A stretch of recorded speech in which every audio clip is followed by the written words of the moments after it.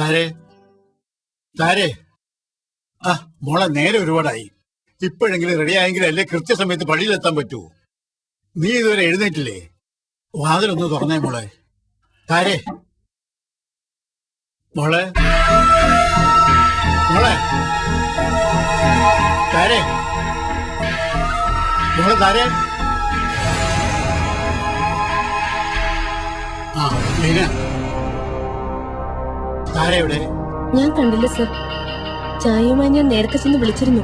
വാതിൽ തുറക്കാത്തോണ്ട് ഉണർന്നിട്ടുണ്ടാവില്ല എന്ന് കരുതി പിന്നെ ഞാൻ വിളിച്ചില്ല. നീ അവിടെ ഞാൻ അവളെ ഉണ്ടോന്ന് പോയി നോക്കിക്കേ. ചെല്ല്.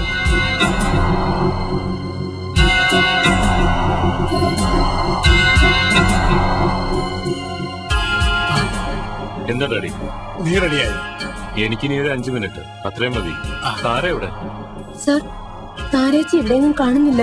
കാണുന്നില്ല? അവള് പിന്നെ എവിടെ പോയി? അറിയില്ല. ഞാൻ ഇനി നോക്കാൻ ഒരു സ്ഥലവും ഇല്ല. സ്റ്റെല്ല മുകളിലുണ്ടോ? സ്റ്റെല്ലേച്ചി രാവിലെ പള്ളിയിൽ പോണെന്ന് പറഞ്ഞു പോയി. ആ, എന്നാ ചിലപ്പോ അവളുടെ കൂടെ പോയിട്ടുണ്ടാവും.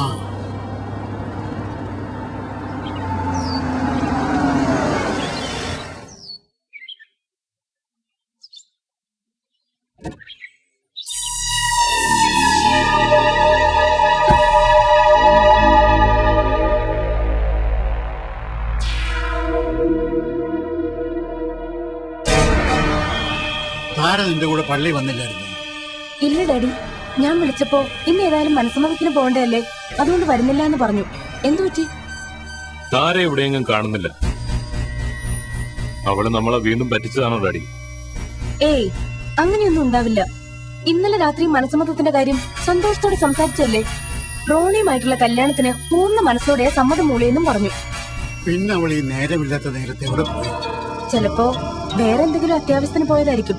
വല്ല ഫ്രണ്ട്സിനെ വിളിക്കാനോ മറ്റോ. എന്തായാലും ഇനി സമയമുണ്ടല്ലോ, നിങ്ങൾ ടെൻഷൻ ആവണ്ട. മനസ്സമ്മതത്തിന് മുൻപ് താര ഇങ്ങെത്തും.